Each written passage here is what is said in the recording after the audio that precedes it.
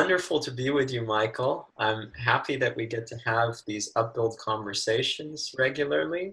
And this time I have the privilege of getting to speak to you a little bit about your background, your past, where you're coming from. You had written a piece on trading derivatives and the shame-based fear of being ordinary that struck me deeply. And I wanted to explore a little bit more with you about what it was like on the trading floor at Goldman Sachs and how you got to this point where you're such an integral part of the Upbuild team, and where how you're taking what you were doing then into where you are now, and perhaps where we're going to go from here. Does that sound good? That sounds great, and I'm really excited to be here with you today. And also, before we get started, I just wanted to put something out there, and that is that even though I'm really excited to talk about this topic, I'm also a little bit in anxiety, and that anxiety comes from the fact that I can sometimes lose my own authenticity and my own being in touch with my heart, especially when we're talking about topics like identity that are so big and important to me. And, my ego has a real strong desire to impress you, to impress, anyone who might be listening, and for you to like me and to make sure that everyone likes me. And so, as we're talking about this topic of Goldman Sachs and my career, which in some ways, it was probably and maybe even still is, like the strongest identity that I've ever had in my adult life.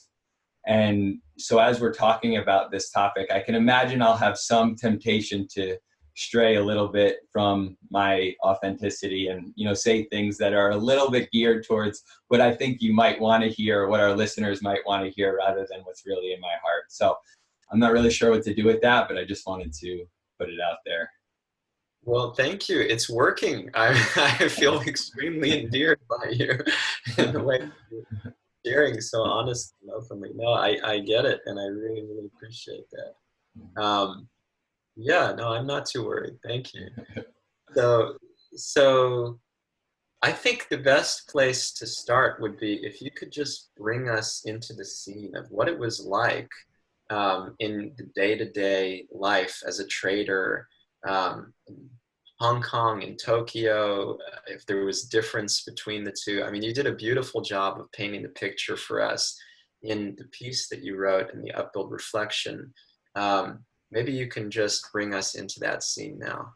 Yeah, so I had actually spent the first third of my career in New York, trading equity derivatives from the New York office at Goldman, then the second third in Hong Kong, and then the last third in Tokyo. And so that piece takes place in the first part of my career, right in 2010, towards the end of the year, where we're about 2 years removed from the global financial crisis at the time.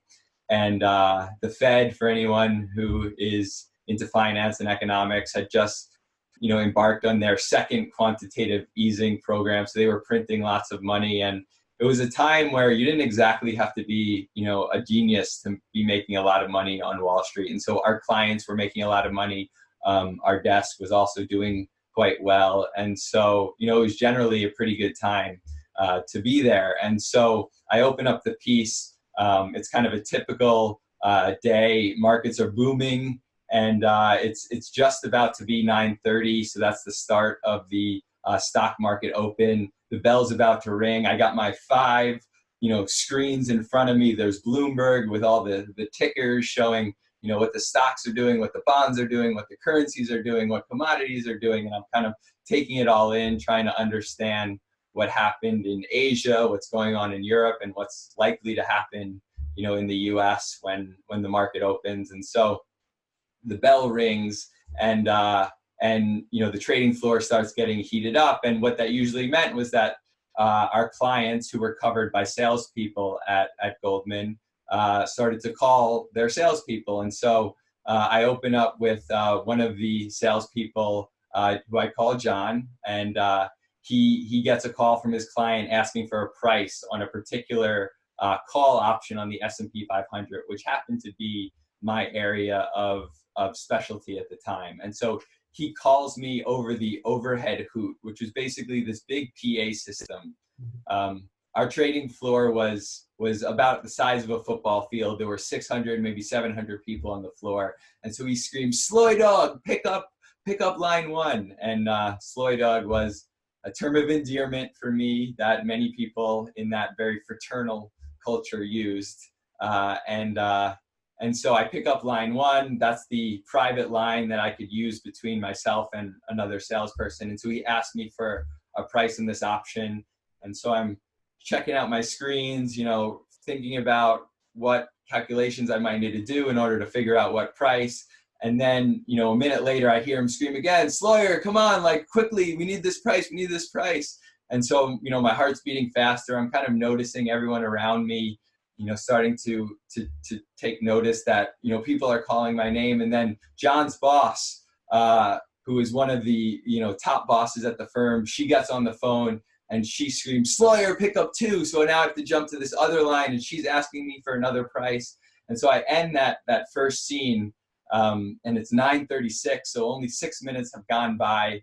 And, in some ways my body is exhausted, my mind is exhausted. I've been doing all these, calculations, looking at these screens, but I would never know it. Like I couldn't feel my exhaustion because there was so much adrenaline pumping through my blood and so much like validation that I was getting from having people call my name and from having my trading team around me, take notice that people were interested in talking to me and asking me for prices. And so, it was a job that I loved going to every single day. It was something that I craved, I wanted it, but at the end of the day, it was ego driven. It wasn't coming from a place of like real grounding. And so it wore on me over time. And so, this is where I start the piece from. Amazing. No, thank you so much for that. Very vivid. And I'm curious, what were some of the effects of that wearing on you? Why did it wear on you? What was that like?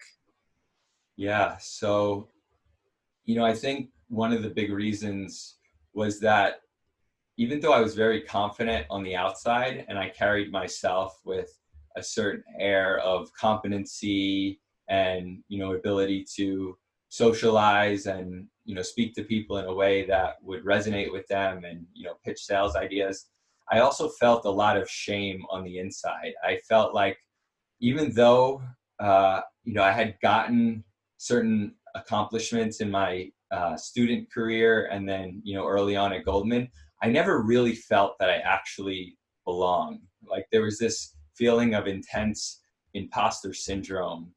And, one specific thing really kind of sticks out to me, which is that there was this formula called the Black-Scholes equation, which is kind of a key options formula. And it's quite complicated. There are lots of derivatives and, N's and D's in this formula. And it was my product. Like I was a derivatives trader. And, on one hand, my job was essentially to buy at 8 and sell at 9. And if you could do that a lot over and over again, you were a really good trader. But it was also important to actually understand the fundamentals and understand, what was underlying the products that we traded. And I didn't really understand that equation.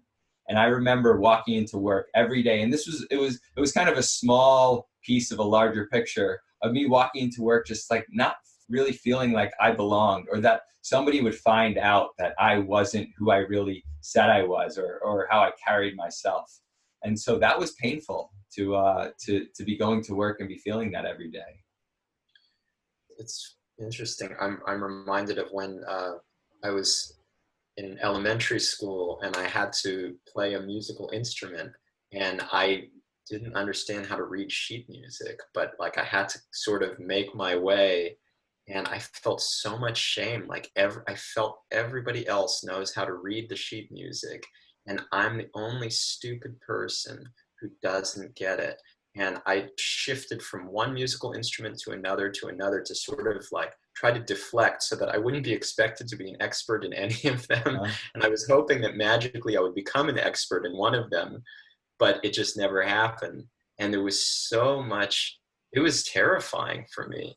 Um, so I understand and I can imagine day in and day out, and such an identity comes with like, I'm a trader. I'm a, this is big time, you know? So if my Achilles heel could be discovered, oof, it is intense. Um, how did you deal with that, that fear?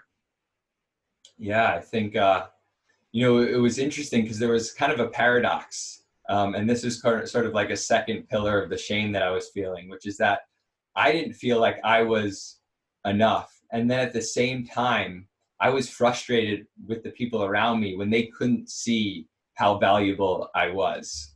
And so it was crazy because I was like, I'm not good enough, but you should think that I'm good enough. And so what the effect was that I would sort of move, and there's a family therapist named Terry Real, and he talks about this move from shame into grandiosity and how these things are sort of two sides of the same coin. And that's what I experienced, very often. I would move from this feeling of not being good enough, this fear of being found out, into this, anger or this frustration, especially when I wasn't doing well, when my P&L, when my profit and loss was negative and there were red numbers on my screen. That would cause me to be less kind to the people around me. That would cause me to be more impatient with the people around me. And it was a way of covering up my shame, because anger and frustration, it feels good very in very short periods of time. The Buddha said that anger has a honeyed tip and a poison root, and so I went for that honey day in and day out. It was like, if I could stop myself from feeling that shame, if I could stop myself from feeling the bad feelings that were associated with not being good enough, even if it was to the detriment of my relationships or sort of long-term happiness and the satisfaction of the people who work next to me, I often went for that, and that was tough.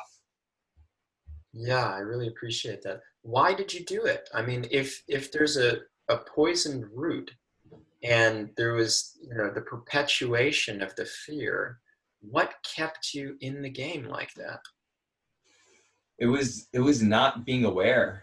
It was like, first of all, there were certain expectations that, like, if you were that way, it sort of meant that you had that authority. And so if I was trying to keep up this image of being someone who had it together, who, I got this, I'm someone who you can rely on, and that you should promote, and that you should, give money to, and all of those things. Like, if I was trying to uphold that image, which I often was, then sort of acting the part was sort of par for the course. And then the other thing is what I just mentioned, which was, it feels bad, to feel shame. And so, again, even at the risk of sacrificing long-term health and happiness, that short-term honey, that short-term sweetness from the anger was something that I fell victim to.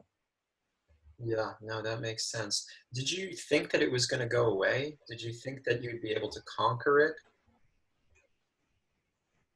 I worked on it, and it's still very much a work in progress. I like to think that if you want to learn Japanese, you should probably not go to France. And so the reason why I say that is, I think there's a certain culture that investment banks breed, and it's not that Goldman was worse than anywhere else. I actually think the culture there is incredible, and so I take responsibility for a lot of this. But there is sort of it does sort of feel par for the course a lot of times. And so as I've moved out of investment banking into a career that is a little bit more, actually a lot more geared towards vulnerability, towards humility, even though I still have a lot of work to do in those areas, being around other people who are interested in that, who hold me to account, has been very helpful. Wonderful, wonderful. So tell us a little bit more about that transition and what got you to that point of a kind of awakening where you realized that you wanted to make such a transition?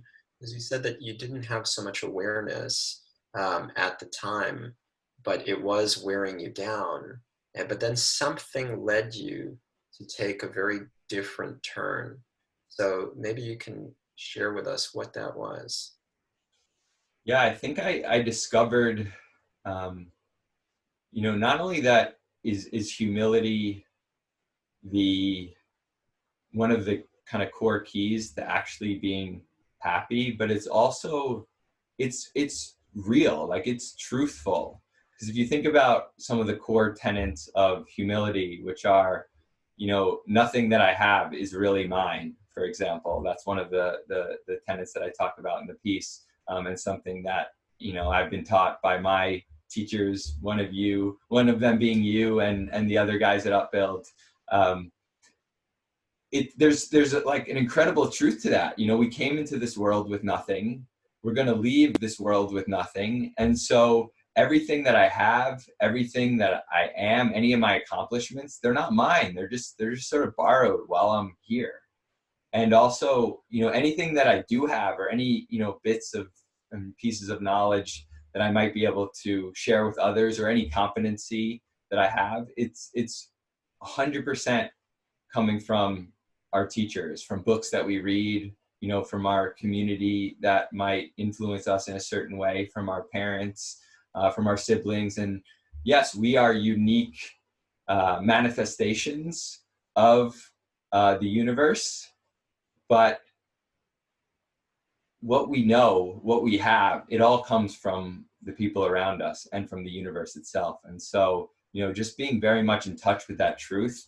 And it was a slow process. I think I figured out maybe 4 or 5 years before I left that was actually something that I wanted to do. And I am not a saint by any means. I wanted to, when I did realize that I wanted to leave, I still wanted to make a little bit more money. I still wanted to achieve more things in my career that I hadn't achieved. And so I stayed for that reason, even though I knew that ultimately it wasn't the thing that was going to, be my life's work. And so it wasn't, an immediate epiphany and flip the switch and, head into a new career. It was a slow process of realizing that, being in line, being in integrity with my values was more important than, this ego fueled validation that I was getting on the trading floor.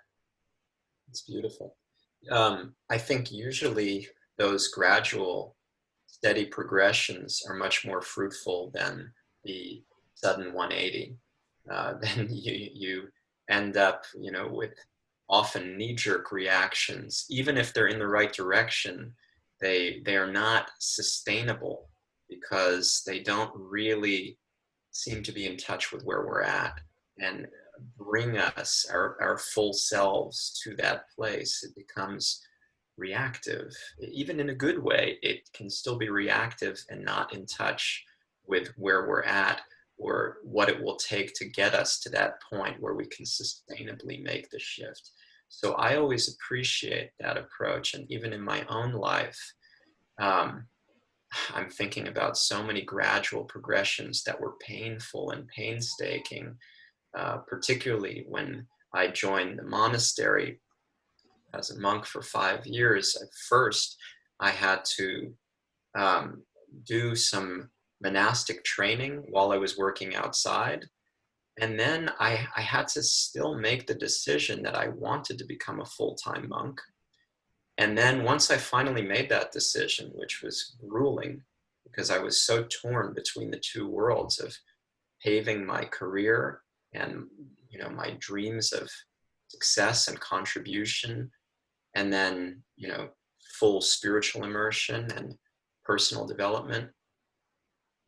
Then even when I was able to make that decision to go full-time into the monastery, uh, I was asked to wait for another period of time that was, to me, intolerable. Like, it just was, finally I made this decision. Please, please let me be liberated from everything else.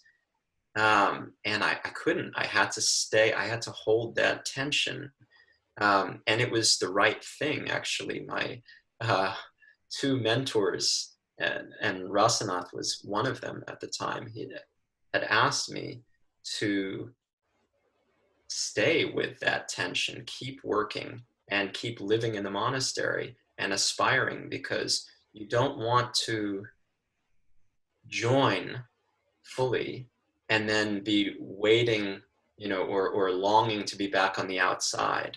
You want the longing to increase enough that it takes over you, and you see that it's steady, it's real, it's not going anywhere, it's not going to be flimsy, and again reactive. And that was very profound, and that wore me down in a good way, actually. That became something which shaped me. That period of holding the tension and letting the longing grow, and the realizations that came were profound. So as much as I appreciate your humility in that description of your own transition, I think there's something admirable and perhaps even necessary about it. And I would love to hear more about, how did you navigate that transition period? What was it like? Yeah, well, thank you for sharing what you just shared. And before I answer that question, it actually reminds me of what you and Razanath did for me in the early days when we were having so many of our discussions about 4 or 5 years before I ended up joining Upbuild. And I didn't really know it at the time, but when you were just speaking, I'm remembering, like, you never ever pushed me to join, even though we had a lot of discussion about that. And in fact, I remember even leaving some of those conversations thinking, like, they're kind of influencing me to stay. Like, they're really quite adamant that I don't make any rash moves. And I remember, I think my ego was a little bit hurt at the time. Like, do they not want me to join, or what's going on here? But now that you share what you just shared, like, that was an incredible gift you gave me. So thank you for that. That's amazing. That's so makes me so happy. Thank you. Yeah.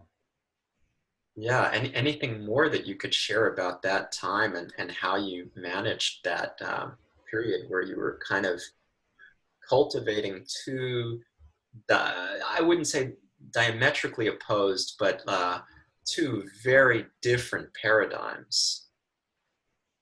Yeah, I think, there came a time where, even though I knew I was going to stay at the investment bank for a few more years, there came a time where I couldn't ignore that other stuff anymore. And it just became such an important part of my life. And that was when, we had you and Razanath come out to Tokyo to do a workshop for the team out there, for my team out there. And then the next year for you to come out to Hong Kong and do a similar Enneagram workshop out there. And so, even though it in some sense felt like diametrically opposed worlds, I knew that I wanted to combine them. Like, that was for sure something that I had to do with my remaining time at Goldman. And to have you guys as kind of co-conspirators in that was totally incredible. And so I just brought it to a work environment that even if they weren't 100% ready for it, like, everyone's a human being. And I think that's what gets so lost in today's work cultures, where we button up and we put on suits, we put on the armor of I'm going to work, I'm going to be somebody that I'm not really, just so that I can get ahead, and then when I leave the door, then I'll be back to my normal self. And unfortunately, that doesn't work. There's just too much suffering that gets created when that happens. And so even in an environment like a trading floor, I felt like it was pretty well received. People felt understood through the work of the Enneagram, through the work of self-development. And so, again, heavily influenced by your and Razanath's presence and your teachings, I think we were actually able to do a pretty good job in combining those cultures, or at least getting the conversation going for the last couple of years that I was there. I mean, to me, that's exemplary. That ability to bring the best of one world into another world, to elevate it. That's so powerful. I mean, that's really our um, great aspiration through Upbuild at large, is to be able to do that on any front in any culture that is receptive. And it is a testament that the Goldman culture was receptive, and I think you had a big role to play in that. I think you were priming people, and priming again a culture. Um, I, I still cherish those memories of being together in the trenches at Goldman, halfway around the world from my vantage point. That was incredible. And yeah, I think that it does bridge the gap, because the diametric opposition, where that really plays out is not in the externals. It's not in Goldman versus Upbuild. It's in the approach, it's in the internals, it's in the fueling of the ego versus the fueling of the self.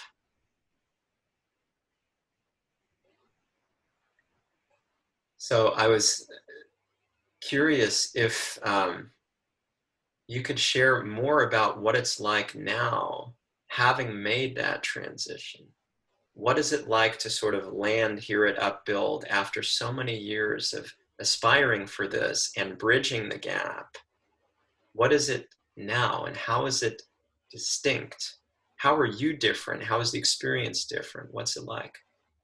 Yeah, well, this is one of the things I joke about in the article, which is that instead of 5 screens, I now only have one screen. And instead of Bloomberg, we're using Zoom. And, the players are very different. There's no PA system. We talk to each other in very mild-mannered voices. And so, while the externals, well, well, yeah, go ahead. No, no, no. I was just affectionately calling you by the term of endearment, Sly Dog. Sorry. Sly Dog. Yeah, nobody calls me Sly Dog. They have other terms of endearment. So while the externals are different, I still have many of the same battles internally that I had when I was there. I still have to fight the material temptations of, greed and, ego validation and, an over reliance on what people think about me. So, those battles are still definitely there. They play out in different ways. But I think now there's a culture, which the four of us have, where we're pretty open about those battles. And that's really a huge difference, is that, when I can show up for work, and maybe that's on a Zoom call, but I can show up for work. And when somebody asks me, how was your day? Like, I can say it was bad. I saw how much my ego is like kicking my butt and like running my life. And I felt like I had no control. And that's okay. In fact, like, I'll get a hug for that, and we'll talk about it. And, even if there's a workshop to prepare for, even if there's a pressing matter that needs to be taken care of, we'll make sure that we spend the time on that.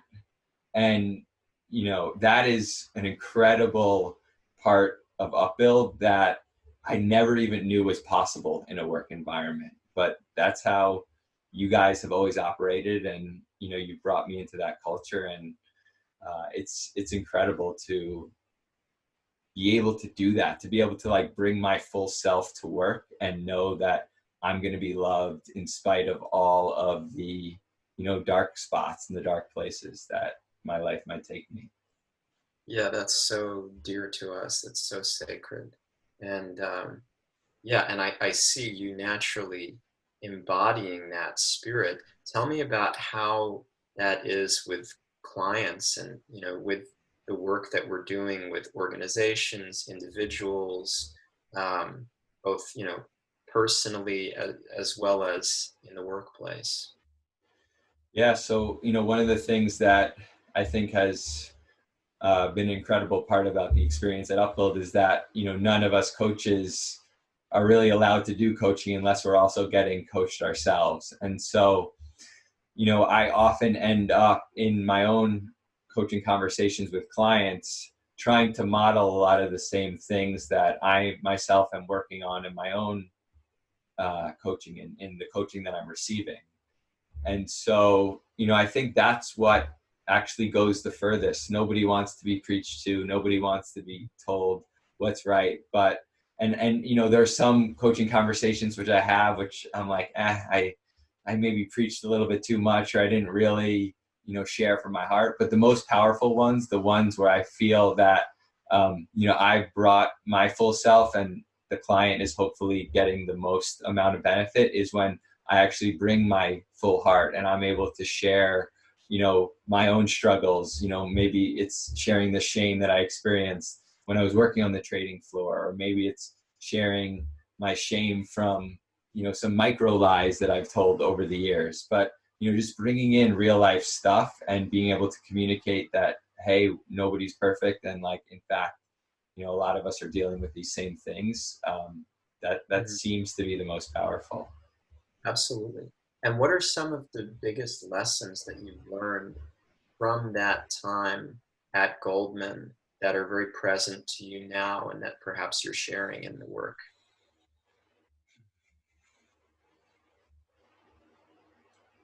It's a good question. There's a line from one of Kurt Vonnegut's books that goes, be careful who you pretend to be. And I'll butcher the exact words, but be careful who you pretend to be, because if you pretend long enough, you might actually become that. And I think, you know, even though I came into, my career at Goldman thinking that I could transcend any of the material temptations that, many have succumbed to going into that sort of world. I couldn't. And, kind of pretending to be that way just for the advancement of my career so that I could fit in, it actually had an effect on me. It actually changed me. And so, thinking that our work life is different from our home life, thinking that, we can be different than all these other people that we might read about who go the way of the dark side because they become so entrenched in getting ahead or being successful, or, getting that next hit of whatever it is they're looking for.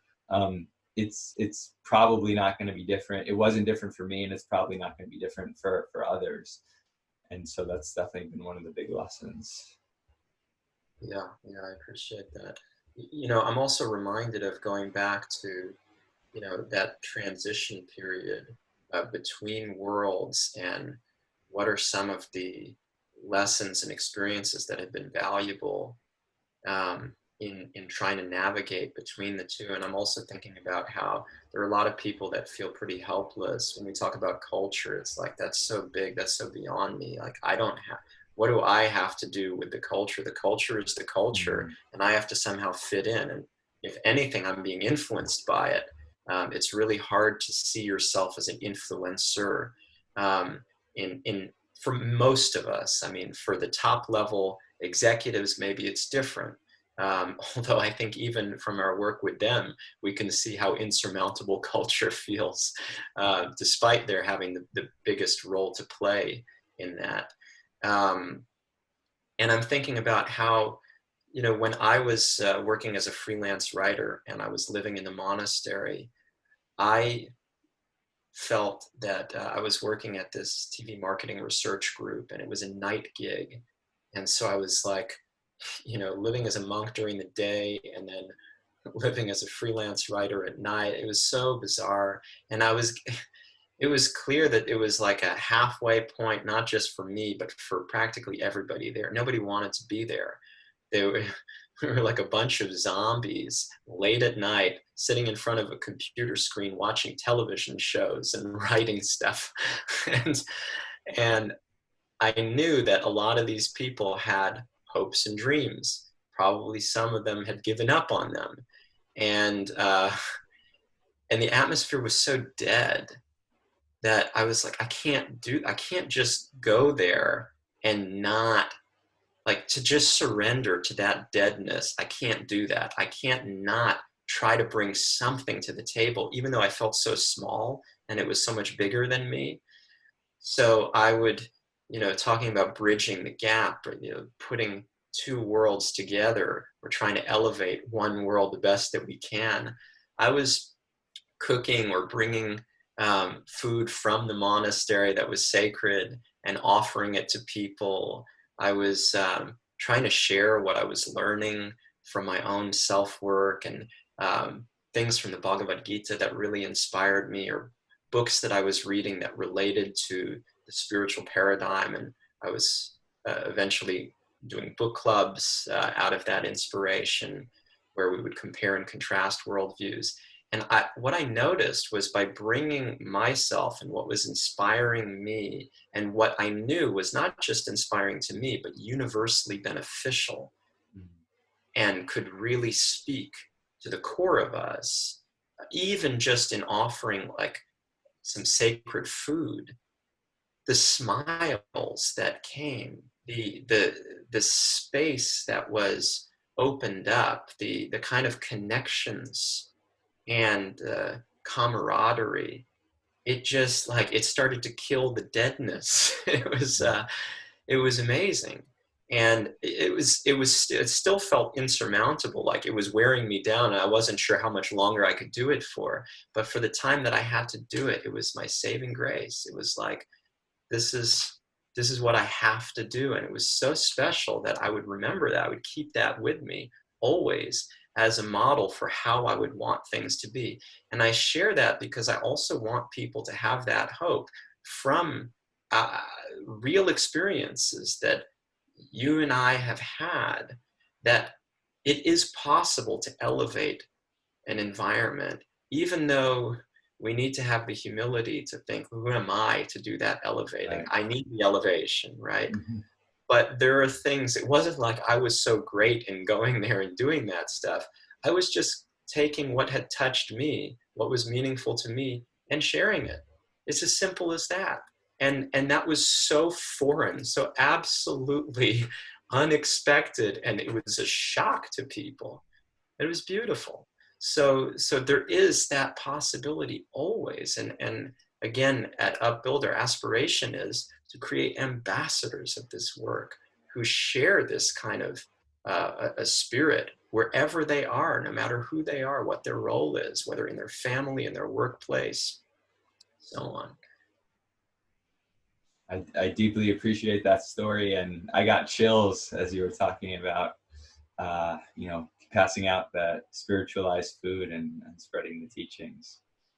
It's amazing to picture that. And I love what you shared about humility, and how it really is a paradox. Like, as soon as you start thinking, yeah, I got this, I'm a humble person, and I'm going for it. And I think that was my mistake in the early days of Upbuild, like not that long ago. I came in like, let's go for this humility. Like, I'm going to achieve this humility like anything else. And it doesn't work that way. Like, as soon as you start feeling like I got this, it's, by definition, you're no longer humble. Amazing. Yes, yes, yes. That's very realized. Thank you. So the last thing I wanted to ask you is just where does it go from here for you? So we've had this very unique path that has such rich experience and evolution to it. What's next? What are you envisioning? What are you hoping for? Where do you see yourself? How do you see yourself?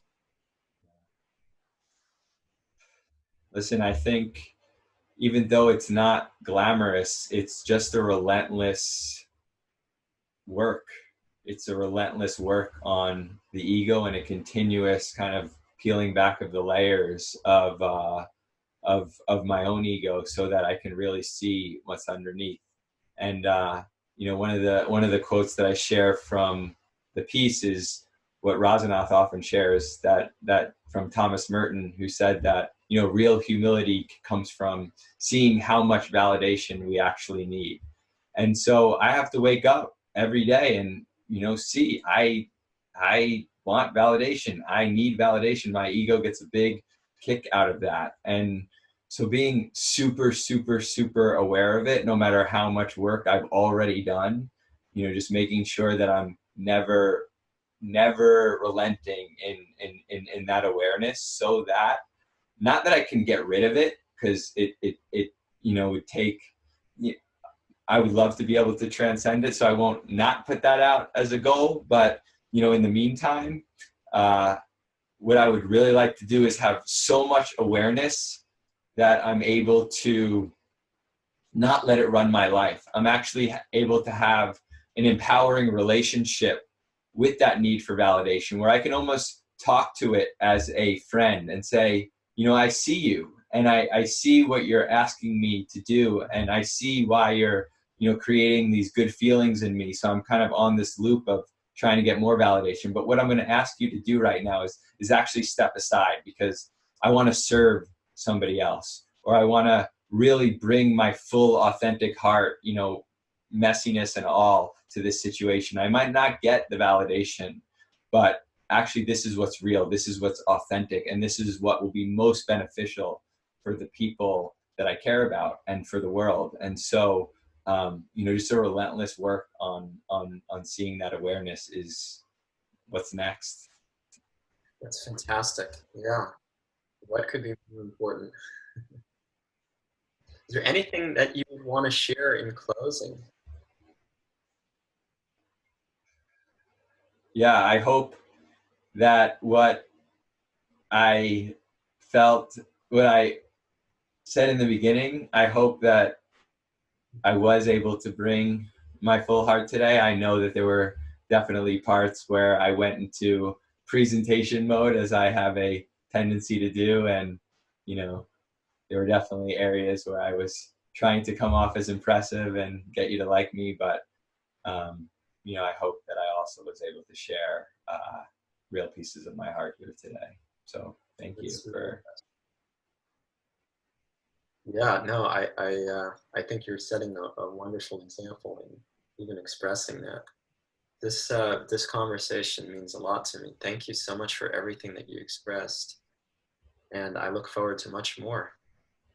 Thank you, Hari Prasad, and for not only this conversation today, but for being a teacher and a mentor, you know, for the last 10 years, and I know for many more years to come.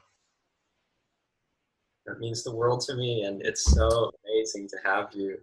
It's just, yeah, I mean, we never would have envisioned how it could have come to this point from those days when you were at Goldman to now, and just the work that you're doing, and the spirit of this team, the friendship, it's unbelievable. So I feel very, very blessed. Thank you, Hari Prasad. So much.